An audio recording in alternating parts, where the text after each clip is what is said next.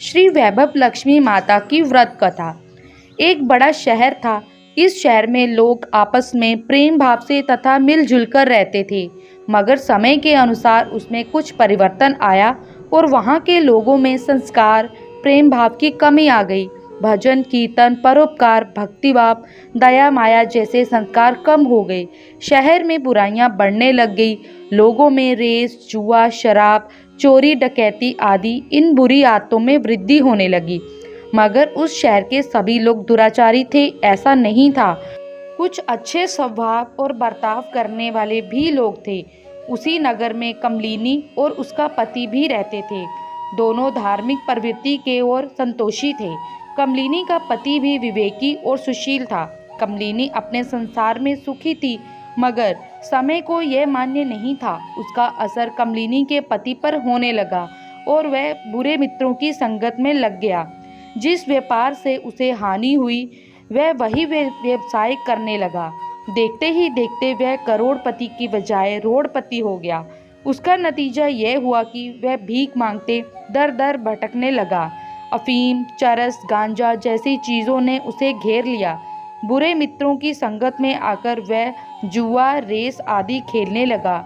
नतीजा ये हुआ कि पैसों के साथ साथ उसने कमलिनी के गहने भी गंवा दिए। कमलिनी सुशील और संस्कारी स्त्री थी।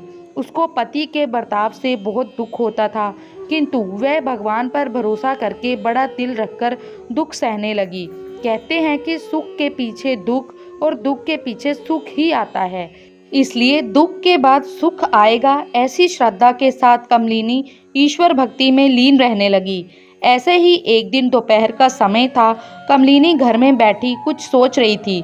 उसी समय किसी ने उसके द्वार पर दस्तक दी। इस समय कौन आया होगा, ये सोचकर कमलिनी उठी। दरवाजा खोला तो सामने एक अतिथि बूढ़ी माताजी थी। बूढ़ी माताजी के चेहरे से तेज झलक रहा था। नयनों से अमृत और चेहरे पर प्रेम की गंगा बह रही थी। माताजी को नहीं जानते हुए भी कमलिनी को हर्ष हुआ और फिर उसने प्रसन्न होकर माताजी का स्वागत किया।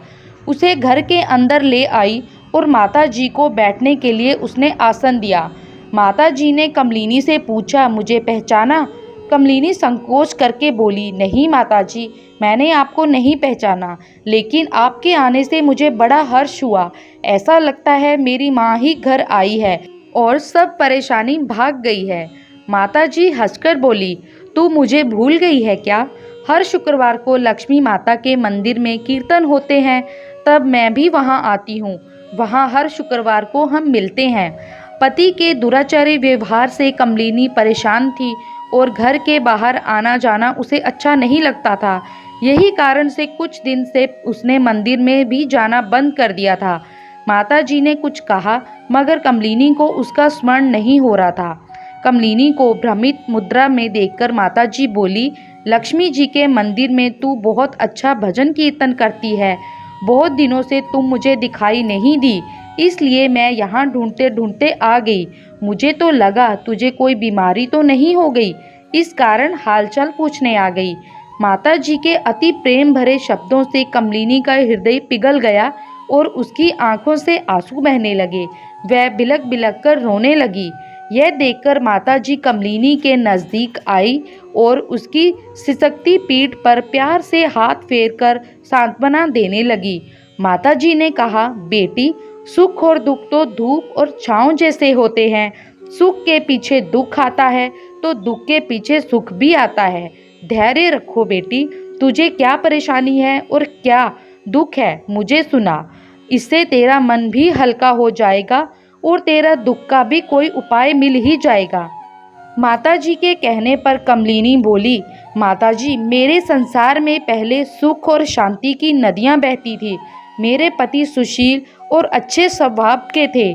ईश्वर कृपा से सुख, समाधानी और धनिक थे, किंतु अचानक किस्मत हमसे रूठ गई।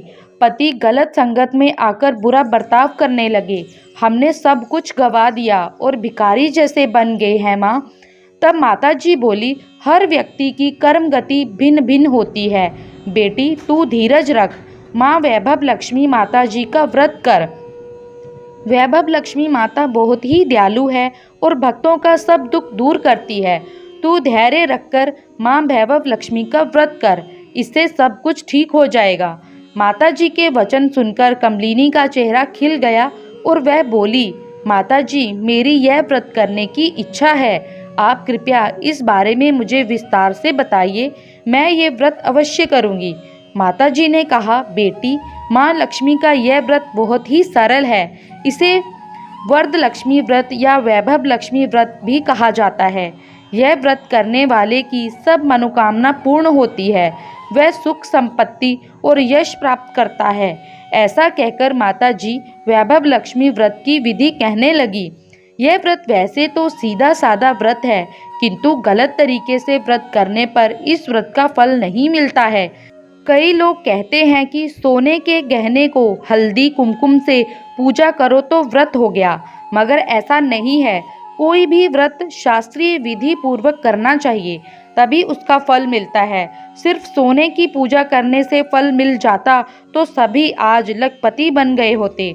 सही बात यह है कि सोने के गहनों का विधि से पूजन करना चाहिए और व्रत का उद्यापन भी शास्त्रीय विधि से करना चाहिए, तभी यह वैभव लक्ष्मी व्रत पूरा फल देता है। यह व्रत शुक्रवार को शुरू करें। स्नान करने के बाद बिछाना, जूते, झाड़ू आदि वस्तुओं को स्पर्श नहीं करें, किसी की बुराई नहीं करें, मन में जय श्री वैभव लक्ष्मी माता का जाप करें, असत्य नहीं बोले, शाम को दिया जलाएं, भगवान के सामने नंदा दीप लगाएं, एक आसन रखें, उस पर नया लाल रुमाल रखें, हाथ पैर धोकर पूर्व की ओर मुख करके बैठें, सामने पाटा रखकर उसके ऊपर रुमाल रखें, रुमाल पर चावल का छोटा सा ढेर लगाएं, उस ढेर पर पानी से भरा कलश रखें और कलश पर एक कटोरी रखें, उस कटोरी में एक सोने का गहना रखें। सोने का गहना ना हो तो चांदी का भी चलेगा, अगर चांदी ना हो तो नगद रुपया भी चलेगा। बाद में घी का दीपक जलाकर धूप बत्ती जलाएं। वैभव लक्ष्मी माता क्षीय यंत्र से अवतीर्ण होती है, इसलिए श्री वैभव लक्ष्मी का व्रत करते समय प्रथम श्री यंत्र और लक्ष्मी माता की तस्वीर का दर्शन ले। उसके उपरांत हाथ जोड़कर श्री वैभव लक्ष्मी का स्तवन करें। कटोरी में रखे गहने की हल्दी कुमकुम से पूजा करें। घर में मीठे भोजन का प्रबंध करके माता के सामने प्रसाद रखें। अगर प्रसाद में मीठा ना हो तो शक्कर, गुड़, खड़ी शक्कर जैसी मीठी चीज़ों का इस्तेमाल करें। उसके बाद माता की आरती उतारें। आरती करने के बाद एक समय मन पूर्वक जय श्री लक्ष्मी माता ऐसा जाप करें। उसके बाद भक्तों को प्रसाद बांटें। कटोरी में रखे हुए अलंकार या रुपया निकालें। कलश का जल तुलसी को समर्पित करें। इस विधि से इस्तेमाल किए गए चावल पक्षियों को डाल दें। शास्त्र के हिसाब से व्रत करने के बाद इसका फल निश्चित ही मिलता है। इस व्रत से दुख संकट का निवारण होता है। इसी प्रकार अखंड सौभाग्य प्राप्त होता है और सर्व मनोकामना पूरी होती है। कमलिनी बोली, माता, मैं इसी पद्धति से यह व्रत करूंगी, किंतु कितने समय तक यह व्रत करना चाहिए और इसका उद्यापन किस प्रकार किया जाता है, ये जानने के लिए मैं उत्सुक हूँ, इसलिए यह कृपया करके मुझे बताइए। माताजी फिर व्रत के बारे में बताने लगी। यह व्रत गलत प्रकार और कैसे भी करने पर कोई लाभ नहीं देता है। यह व्रत 11 या 21 शुक्रवार को लगातार किया जाता है। व्रत के अंतिम शुक्रवार को इसका शास्त्र के अनुसार उद्यापन करें। हर एक शुक्रवार को हम जैसी पूजा करते हैं वैसे ही पूजा अंतिम शुक्रवार को करें। उद्यापन के दिन शक्कर, चावल की खीर, इन मीठी चीज़ों का प्रसाद करें। प्रसाद के समय 11 कुंवारी कन्याओं को हल्दी कुमकुम लगाएं और श्री वैभव लक्ष्मी माता जी के व्रत की एक एक पुस्तक भेंट दें। बाद में माता जी की फोटो को वंदन करें। लक्ष्मी माता जी, मैंने आपका व्रत मन पूर्वक किया है। आप हम सभी का कल्याण करें, हमारी इच्छाएं पूर्ण करें, दरिद्रियों को संपत्ति और निसंतान को संतान का लाभ दें, हमारे सौभाग्य की रक्षा करें, कुंवारियों की इच्छा पूर्ति करें। ये व्रत करने वालों को संतुष्टि दें और उनकी इच्छा का समाधान करें। ऐसी माता जी से प्रार्थना करें। इसके बाद धन लक्ष्मी को श्रद्धापूर्वक नमन करके उनका शुभ आशीर्वाद लें। माता जी द्वारा बताई हुई व्रत कथा सुनकर कमली ने अपनी आंखें मूंद ली। हाँ माँ, मैं व्रत करूँगी। ऐसा निश्चित करने के बाद उसने अपनी आंखें खोली तो सामने माताजी नहीं थी। कमलिनी ने माताजी को ढूंढने की बहुत कोशिश की, किंतु माताजी कहीं दिखाई नहीं दी। वह स्वयं लक्ष्मी माँ ही थी। ये बात कमलिनी को समझ में आ गई। 2 दिन बाद शुक्रवार आया। कमलिनी ने प्रातः समय उठकर स्नान किया और स्वच्छ कपड़े पहनकर मन ही मन श्रद्धा से और पूरे भाव से जय माँ लक्ष्मी का मन ही मन रटन करने लगी। पूरे दिन किसी के लिए अपशब्द नहीं निकाले। कमलिनी ने सूर्यास्त के बाद हाथ पैर धोकर पूर्व की ओर मुख करके बैठ गई और दिया जलाया। घर में अलंकार नहीं था, इसलिए 1 रुपए के सिक्के को धोकर कटोरी में रखा। सामने एक आसन रख दिया और उस पर रुमाल रखा। रुमाल पर चावल का एक ढेर बनाया और उस ढेर पर जल भरकर कलश रखा। कलश पर कटोरी में चावल और रुपए का सिक्का रखा। माताजी के बताए अनुसार श्री माँ वैभव लक्ष्मी का व्रत किया। गुड़ का प्रसाद रखा। पति के घर आने के बाद उसने प्रसाद दिया। उसके बाद पति के स्वभाव में फर्क पड़ गया और उसने कमलिनी को मारा नहीं, सताया भी नहीं। कमलिनी को बहुत आनंद हुआ और उसके मन में वैभव लक्ष्मी माता के व्रत के लिए श्रद्धा बढ़ गई। कमलिनी ने श्रद्धा और शुद्ध भक्ति भाव से लक्ष्मी माता जी का व्रत 11 शुक्रवार तक रखा। अंतिम शुक्रवार को उसने व्रत का उद्यापन किया। इस दिन प्रसाद के साथ साथ सुवासिनी को माता जी के व्रत की किताब वैभव लक्ष्मी व्रत भेंट दी। इसके बाद धन लक्ष्मी स्वरूप माता जी की तस्वीर को वंदन किया। नम्र मनोभाव से उसने कहा, हे माता जी, आपका व्रत मैंने भक्ति भाव से किया है।